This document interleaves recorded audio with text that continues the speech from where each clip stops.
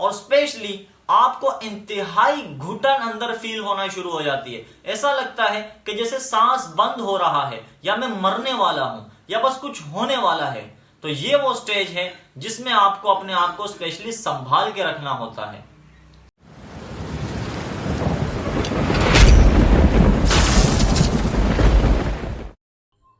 अस्सलामुअलैकुम मेरे प्यारे प्यारे सेंसिटिव बहन भाइयों और दोस्तों बुजुर्गों, welcome to things Ishan YouTube channel.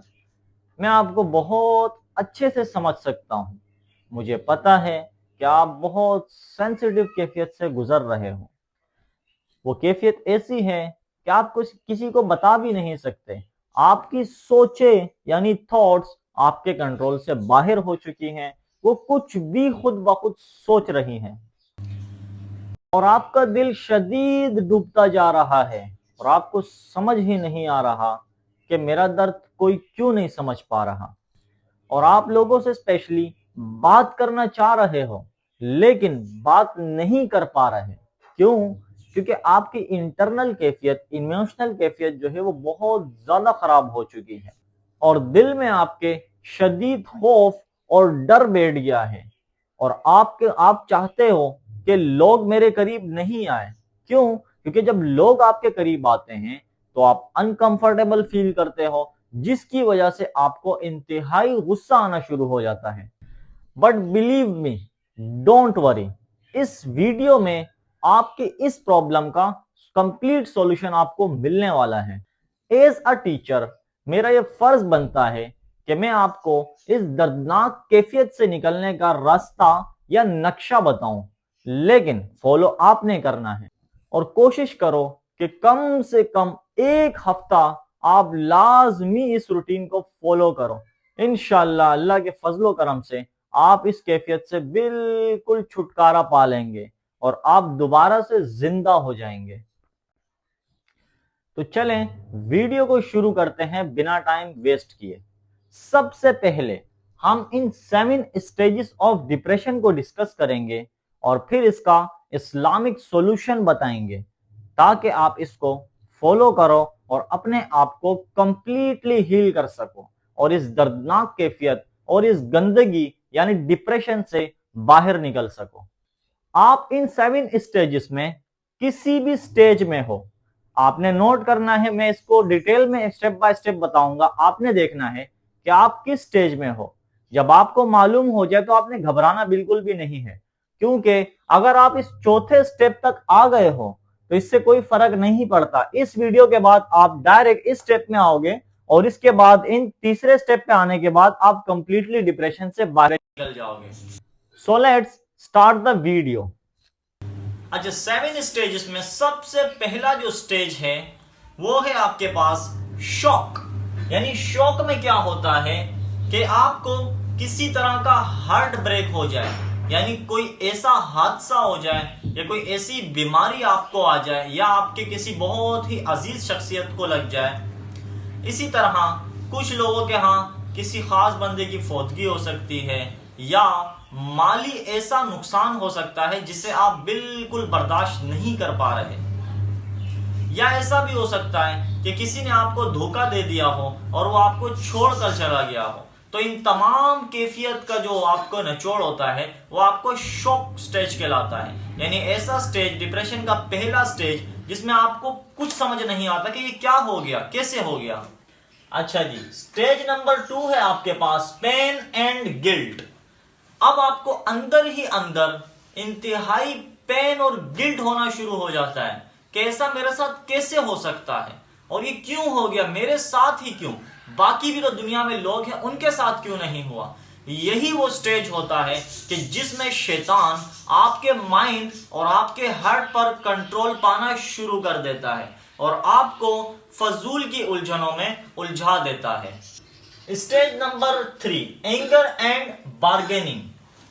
ये एक ऐसा स्टेज होता है कि जिसमें आपके अंदर चिड़चिड़ापन शुरू हो जाता है, आपको शदीद गुस्सा आना शुरू हो जाता है और आपको लगता है ऐसा कैसे मेरे साथ हो गया।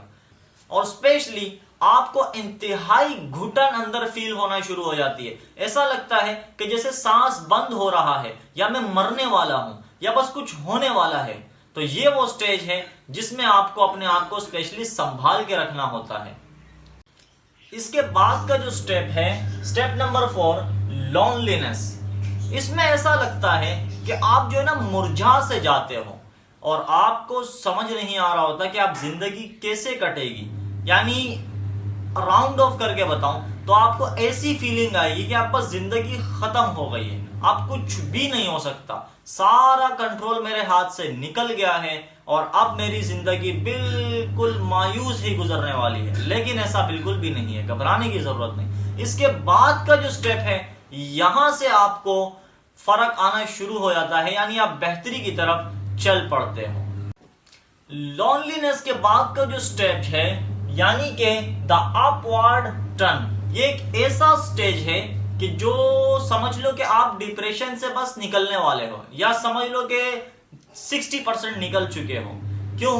क्योंकि लॉनलीनेस में जो ओवर थिंकिंग चल रही होती है और आपको लगता है कि आप कुछ नहीं हो सकता, उसके बाद आपका माइंड ओवर थिंकिंग के बजाय क्लियर थिंकिंग शुरू कर देता है, और जिसमें आपको रास्ते नजर आना शुरू हो जाते हैं कि अब जिंदगी में मुझे क्या करना है। यानी आप थोड़े थोड़े पॉजिटिविटी की तरफ आना शुरू हो जाते हो। लेकिन याद रखो, दिल में अभी भी खुशी का एहसास नहीं आता, अभी भी दिल मुरझाया हुआ ही होता है। Stage number 6, working and reconstruction. ये एक ऐसा स्टेज है कि जिसमें जो आपका माइंड क्लियर थिंकिंग जो शुरू कर दी थी, अब आप उठ खड़े होते हो और उस पर एक्शन लेना स्टार्ट कर देते हो और कोशिश करते हो कि जोर जबरदस्ती ही सही, लेकिन उसे एक्शन में लाना स्टार्ट कर देते हो। लेकिन याद रहे, इस स्टेज में भी आपका दिल अभी कंप्लीटली खुशी की तरफ नहीं आता, बल्कि आप जोर जबरदस्ती यानी दिल पर पत्थर रखकर और एक्शन लेना स्टार्ट कर देते हो, लेकिन एक्शन ले रहे होते हो। अच्छा जी, सबसे लास्ट डिप्रेशन का जो स्टेज है वो है एक्सेप्टेंस एंड होप। ये वो स्टेज है जिसमें आपका माइंड और आपका दिल फुल पॉजिटिव हो जाता है, यानी बिल्कुल क्लियर पॉजिटिविटी की तरफ आ जाता है और बिल्कुल पॉजिटिव सोचना शुरू कर देता है। यानी जो आप एक्शन ले रहे होते हो, अब आपको उसमें मजा आना शुरू हो जाता है और आपको दिल ही दिल में खुशी का एहसास भी होना शुरू हो जाता है। यही वो स्टेज है कि जिसमें आप डिप्रेशन से बाहर निकल आते हो और शैतान को हरा देते हो। अच्छा जी, अब हम बात करते हैं Islamic solution bye weekly routine. यानी डिप्रेशन से निकलने का जो इस्लामिक सॉल्यूशन है, यानी जो इस्लामिक में वीकली रूटीन है, हमें उसको फॉलो करना है। फॉर एग्जाम्पल, हम यहाँ पे कुछ इमेजेस से इसको समझ लेते हैं कि किस तरह मैं क्या कहना चाह रहा हूं। देखो, अब ये जो कैफियत है, इसमें आपकी थिंकिंग जो है वो बिल्कुल अनक्लियर है, यानी कोई क्लियर थिंकिंग नहीं है। आपको कुछ समझ नहीं आ रहा कि क्या करूं, कहां जाऊं, कैसे करूं, कुछ हजम नहीं हो रहा और सोचो में उलझे हो और बिल्कुल डिस्टर्बेंस में डिस्टर्ब हुए हो, यानी कुछ समझ नहीं आ रहा क्या करें। उसके बाद एक चीज आती है जिसको हम कहते हैं क्लियर थिंकिंग, यानी जो आपकी सोच है वो बिल्कुल स्ट्रेट हो जाती है। आप एक बार इमेजिन करो कि आपकी 60 इयर्स की जो लाइफ है उसमें 300 वीक्स हैं, 3000 वीक्स। जो आपका 1000 वीक है वो आपके 20 इयर्स बनते हैं। यानी आप देखो, आपकी एज कितनी है, आप 20 साल के हो, आप 40 के हो, आप 60 के हो, आप कितनी एज के हो। यानी अगर आप वीक से देखो तो यानी एक वीक को आप सिर्फ डिसिप्लिन कर लो, उस वीक की रूटीन सेट कर दो, तो ऑटोमेटिक आपकी जितनी भी वीक्स हैं वो सारी की सारी सेट हो जाएंगी। और उसका फायदा ये होगा कि आपकी थिंकिंग है वो बिल्कुल क्लियर और स्ट्रेट हो जाएगी, यानी आप मौत के बाद तक भी देख पाओगे, जन्नत जहन्नम तक। तो क्लियर थिंकिंग का ये फायदा है। अब वीकली रूटीन में हम किस तरह वीकली रूटीन को फॉलो करें। अब आप सोचो कि वीकली रूटीन होनी भी तो कुछ चाहिए ना, उसके लिए क्या करें। तो सिंपल, उसकी दो टाइप्स हैं हमारे पास, दीनी हफ्ता और दुनियावी हफ्ता। दोनों एक ही हैं, बस इनके काम अलग अलग हैं। मिसाल के तौर पर दीनी हफ्ते में क्या है, आप सुबह फजर से लेकर इशा की नमाज तक जो आपकी फजर, जोहर, असर, मगरिब, इशा है, उन नमाजों को आपने अदा करना है। और फजर के बाद आपने थोड़ी सी तिलावत करनी है, कुरान मजीद की सूरह यासीन पढ़ लो, कुछ भी पढ़ लो, आपकी अपनी मर्जी, जो आप एक पेज पढ़ लो, एक आयत पढ़ लो, जैसे आपको अच्छा लगे। और दुनियावी हफ्ता यानी जो आप तिलावत कर लो, फजर की नमाज पढ़ लो, तिलावत कर लो, उसके बाद आप सिंपल एक्सरसाइज करो, एक्सरसाइज के बाद आप नाश्ता वगैरह कर लो, अपने कपड़े वगैरह चेंज कर लो, और अगर आपकी जॉब है तो आप जॉब पे चले जाओ। अगर आप बिजनेसमैन हो, बिजनेस करते हो तो बिजनेस पे चले जाओ। अगर आप फ्री हो, सॉरी, आप अगर स्टूडेंट हो तो आप अपनी पढ़ाई कर लो, स्कूल चले जाओ, कॉलेज चले जाओ, कोचिंग चले जाओ, पढ़ाई की रूटीन सेट कर लो मगरिब की नमाज तक, यानी जॉब को भी मगरिब तक ले लो, बिजनेस को भी मगरिब तक ले लो, और इसी तरह अगर आप स्टूडेंट हो तो पढ़ाई को मगरिब तक ले लो। और अगर आप फ्री हो, ना स्टूडेंट हो, ना बिजनेस कर रहे हो, ना जॉब है आपके पास, आप बिल्कुल फ्री हो, तब भी आप अपने आप को बिजी करो। अब उसमें बिजी करने का आपके पास क्या क्या ऑप्शन है?